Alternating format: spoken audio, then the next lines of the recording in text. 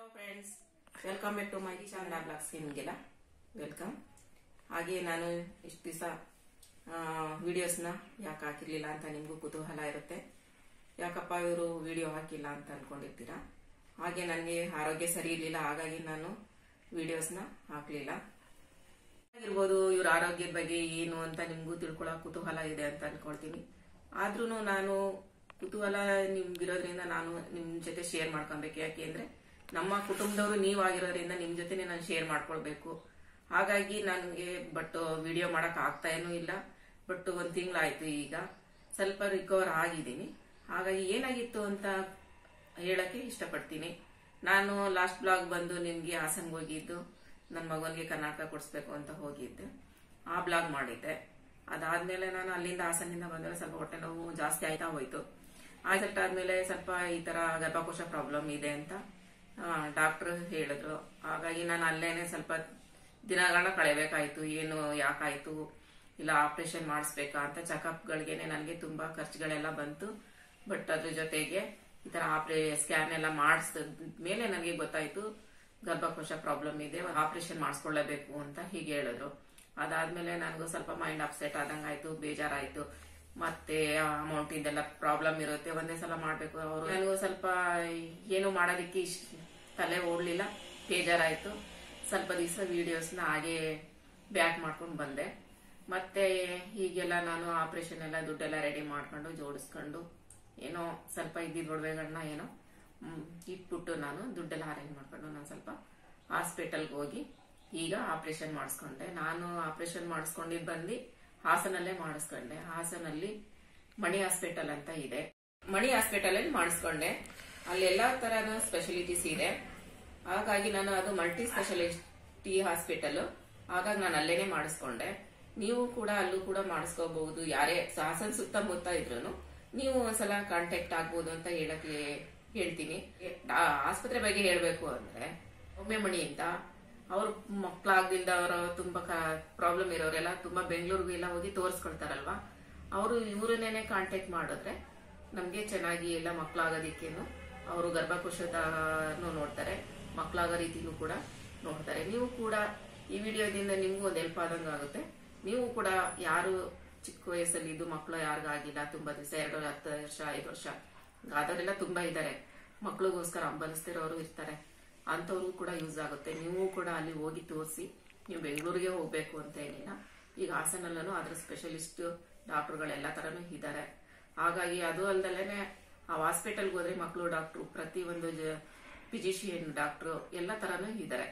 ನೀವು ಕೂಡ ಅಲ್ಲಿ ತೋರಿಸ್ಕೋಬಹುದು. ಎಲ್ಲ ರೀತಿ ಚೆನ್ನಾಗಿದೆ. ನನಗೆ ಬಂದು ಸೌಮ್ಯಮಣಿ ಅನ್ನೋ ಮೇಡಮ್ ಅವರೇನೆ ಆಪರೇಷನ್ ಮಾಡಿದ್ದು. ತುಂಬಾ ಕೋಆಪರೇಟ್ ಮಾಡ್ತಾರೆ. ನನ್ಗೆ ಭಯ ಇದ್ರು ಕೂಡ ಭಯನ ದೂರ ಮಾಡಿ ಯಾವ ರೀತಿ ಆಪರೇಷನ್ ಮಾಡಬೇಕು ಅನ್ನೋದನ್ನು ಕೂಡ ಹೇಳ್ತಾರೆ. ನನಗೆ BP ಎಲ್ಲ ಜಾಸ್ತಿ ಆಗಿತ್ತು. ಅವರು ಡೇ ವೆಯ್ಟ್ ಮಾಡಿ ನಾನು 3 ಡೇ ಮೊದ್ಲೇನೆ ಅಡ್ಮಿಟ್ ಆಗಿದ್ದೆ. ನಾನು 3 ಡೇಸ್ ಆದ್ಮೇಲೆ ಸ್ವಲ್ಪ BP ಎಲ್ಲ ಜಾಸ್ತಿ ಇತ್ತು, ಭಯಕ್ಕೂ ಏನೋ ಜಾಸ್ತಿ ಆಗ್ತಾ ಇತ್ತು. ಆಮೇಲೆ ಏನಾಯ್ತು, ಸ್ವಲ್ಪ ಕಂಟ್ರೋಲ್ ಮಾಡ್ಕೊಂಡು ಮಾಡಿದ್ರು. ಆಮೇಲೆ ಒಂದಿನ ಮತ್ತೆ ಆಪರೇಷನ್ಗೂ ಅರೇಂಜ್ ಮಾಡಿದ್ರು. ಅವತ್ತೂ ಕ್ಯಾನ್ಸಲ್ ಮಾಡಿದ್ರು. ಅಷ್ಟು ನನಗೆ ಭಯ ಅಂದ್ರೆ ಭಯ. ಆಮೇಲೆ ಏನ್ ಮಾಡಿದ್ದೆ, ಮತ್ತೆ ಮಾರನೇ ದಿನ ನನಗೆ ಸೋಮವಾರ ಅರೇಂಜ್ ಮಾಡಿದ್ರು, ಆ ಸೋಮವಾರ ಕ್ಯಾನ್ಸಲ್ ಮಾಡಿದ್ರು. ಮತ್ತೆ ಮಂಗಳವಾರ ಸಾಯಂಕಾಲ 7:30 ಸ್ವಲ್ಪ ಧೈರ್ಯ ಎಲ್ಲ ತುಂಬಿ, ನಮ್ಮ ಹಾಸ್ಪಿಟಲ್ ಅಲ್ಲಿ ನಾವು ಯಾರಿಗೂ ನಾವು ಇದು ಮಾಡಲ್ಲ, ಧೈರ್ಯವಾಗಿ ಯಾಕೆ ರಾಜೇಶ್ವರಿ ಈ ರೀತಿ ಎಲ್ಲ ಮಾಡ್ಕೊಳ್ತೀರಾ ನೀವು ಅಂತ ತುಂಬಾ ಧೈರ್ಯ ತುಂಬಿದ್ರು. ಅವ್ರ ಹಸ್ಬೆಂಡು ಕೂಡ ಅಲ್ಲೇನೆ ವರ್ಕ್ ಮಾಡೋದು.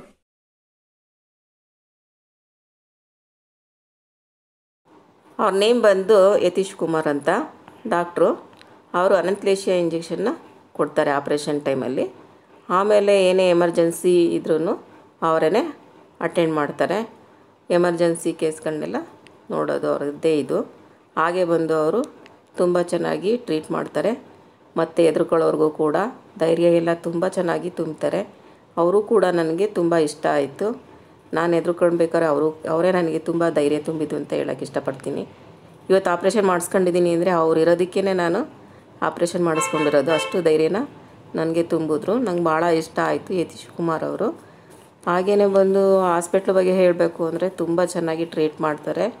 ಅಲ್ಲಿರೋ ಸಿಸ್ಟರ್ ಆಗಿರ್ಬೋದು, ಡಾಕ್ಟ್ರುಗಳಾಗಿರ್ಬೋದು, ಮತ್ತು ಅಲ್ಲಿ ಕೆಲಸ ಮಾಡೋ ನರ್ಸ್ಗಳು ಎಂಥದ್ದು ವಾಶ್ ಮಾಡ್ತಾರಲ್ಲ ಅವರೆಲ್ಲ ಬಂದು ತುಂಬ ಹಾಸ್ಪಿಟ್ಲಲ್ಲಿ ಕೆಲಸ ಮಾಡೋರು.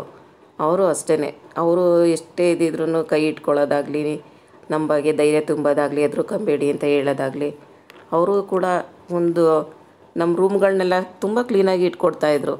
ದಿನದಲ್ಲಿ 4 ಸಲ ಎಲ್ಲ ಕ್ಲೀನ್ ಮಾಡಿಕೊಡೋರು. ಬರೋರು ಏನಾದ್ರು ಕ್ಲೀನ್ ಮಾಡಬೇಕಾ ಅಂತ ಕೇಳೋರು. ಏನಾದ್ರು ಬಾತ್ರೂಮ್ಗಾಗಲಿ ತುಂಬ ಸ್ಮೆಲ್ ಬರ್ತಾ ಇದೆಯಾ, ಏನಾದ್ರು ವಾಶ್ ಮಾಡಬೇಕಾ ಅಂತ ಕೇಳೋರು. ಏನೇ ಆಗಿರಲಿ ಮಾತ್ರ ತುಂಬ ಚೆನ್ನಾಗಿ ಮೇಂಟೈನ್ ಮಾಡ್ತಾಯಿದ್ದಾರೆ. ಸಿಸ್ಟ್ರುಗಳು ಅಷ್ಟೇ, ಏನಾದ್ರೂ ಕರೆದಿದ್ದ ತಕ್ಷಣ ಬರೋರು.